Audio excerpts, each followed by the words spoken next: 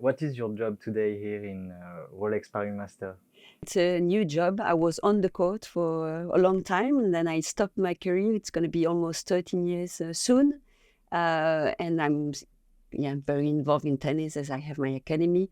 But here this week, I'm in another position. I'm here to commentate the tournament for Eurosport. And that's another challenge for me. It's something I really appreciate to discover in this new position. When I was on the court, of course, the pressure was different. There's still a lot of pressure because we have to try to share the experience with all the people, with all the fans of tennis, and that want to see the match and to live the match if they're not in the stadium. And I try to bring my experience. Of course, I try to bring my understanding of what the player lives on the court, but also trying to keep some distance, because what I lived on the court as a player is different from what the players live. Everyone is unique. Everyone has they have their own personality. So it's good to be into it, but I think we all also have to take some distance from that to make sure that we keep neutral and not judging anything. So, but I love tennis. And this is the main reason why I'm here. It's because I love tennis and I love people, and I want to share tennis, my passion, with people. What does tennis mean to you now? And how do you view or define your past achievements? Well, tennis will always mean something very special. Tennis has been my whole life, for a big part of my life. It's not the case anymore. Today I have a family, I have a life away from tennis, but tennis is always somewhere in my life. But since I was 5 years old, it was my whole life. When I saw Steffi Graf on TV, it was a long time ago now, more than 35 years ago. It's like it became a mission for me, actually. I really felt I want to do what she's doing. And I think that we all look after our way in life. And for me, it became very clear very early. I want to become a champion in tennis. I don't know really why it has been tennis, because my brothers and my father were playing tennis, and I wanted to do like them, and I wanted to do like Steffi Graf, and I started to hit the ball, and I had some talent at the beginning, and then the passion and the dream came soon. So I didn't ask too many questions to myself. I was into it until it never ends, actually, but in a different way. So tennis is we can see tennis as, it's a small ball, yellow ball, we hit into the ball, but I see it in a very different way. It has been an opportunity for me also to, I was very anxious as a kid, gave me the opportunity also to be able to deal with my emotions, to find a place into my family, to find a place in my life. And I think it's a huge opportunity in sport to grow up, to understand a lot of things, to know ourselves better, also to accept that frustrations, it's part of the way, because we lose also a lot of matches. So I see tennis as really a tool to grow up personally. I always took it that way. So now I'm not a tennis player anymore, but still tennis helps me to grow up. But I also like to discover a lot of other things. Of course, tennis is a sport, but for me, it's much more than that in my life. You have also paid attention to insisting on your youth tennis education. What do you think is the most significant change in tennis development for the younger generation compared with the past? What message do you have for the younger generation of tennis players?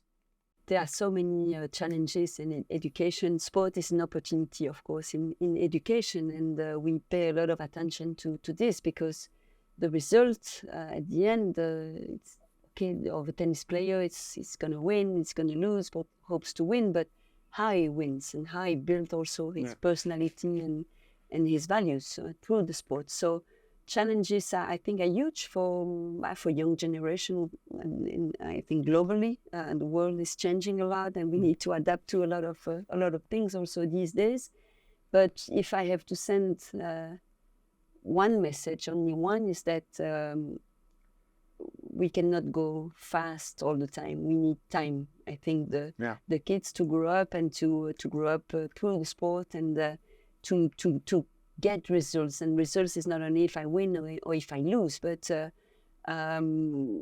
this takes time and needs experience and needs time to fail and then to get up and then to we have ups and downs in life. And I think today to reach the goals, it's important to write the way, to write the vision. I think it's something really important. So this is the message we try to send at the academy, because my academy for us, it's our opportunity to with a lot of humility, because we cannot, we are not the parents, we are a certain kind of family at the end, so we take care of the kids that we have. But it's good also, that energy that we can feel there's an emergency for them, but it's also our role to show them that things gonna take time to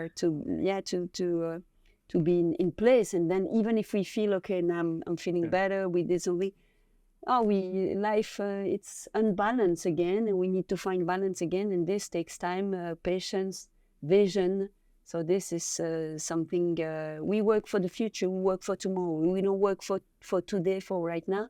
I think it's something really that we keep in our mind all the time with our kids. When I was very young girl, and I was pretty shy. But when people were asking me, not so many were doing that, but when they were asking me, what do you want to do later? I was pretty shy, but I was saying, I want to become a champion in tennis. And they were looking at me like, oh. Justine. Eh ben, on arrive pile au bon moment. Justine Henin, vainqueur pour la 4e fois, la 3e fois d'affilée de ce Roland-Garros. We are here at the higher VIP lounge of the Paris Masters. Are you happy to be here? I think we are all happy to be here, together, and it's a cozy, welcoming space. So we see great tennis. We have friends that come to visit the space also, having good food, good drinks, and enjoy our passion and discussing like we do. So of course we are happy to be here.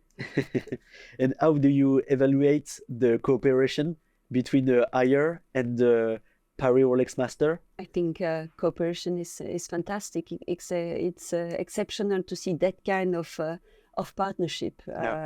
Sport, tennis, especially. I'm not really objective. I'm talking about tennis because I love it so much. But still, I think that globally, it's really a platform that is unique to help people to engage in sport. And I think it's an opportunity for higher, but it's an opportunity for tennis also, because we need that kind of strong relationship with the good values to keep the sport, to help the sport to keep growing and developing. And we love tennis. So if this kind of partnership can help tennis in the future, and I'm sure it's going to be the case, we have to encourage that kind of even more partnership like this in the future. So Justine, I see that you found the Justine Henin Foundation. What is the goal of this foundation, and why it is important to you to help disease people? Yeah, the foundation, I created the foundation a year and a half ago, even if I was really involved into different kind of projects for a long time with another association that was called Justine for Kids. And then we really thought, okay, for my foundation, sport needs to find a place. And talking with a lot of people from the medical world and asked them what we could do together, we decided to create the foundation. And the mission is to encourage, to help kids that are sick in Belgium or with a certain kind of handicap to be able to have a physical activity, especially in the hospital. So there was a program that is called Gym and Joy in the hospital in Belgium, and the foundation came to give us support to structure the program, to develop the program, to help the hospital to get the infrastructure, to give the possibility to the kids to do sport in a certain way, of course, not sport of high level, but physical, adapted activity to their disease.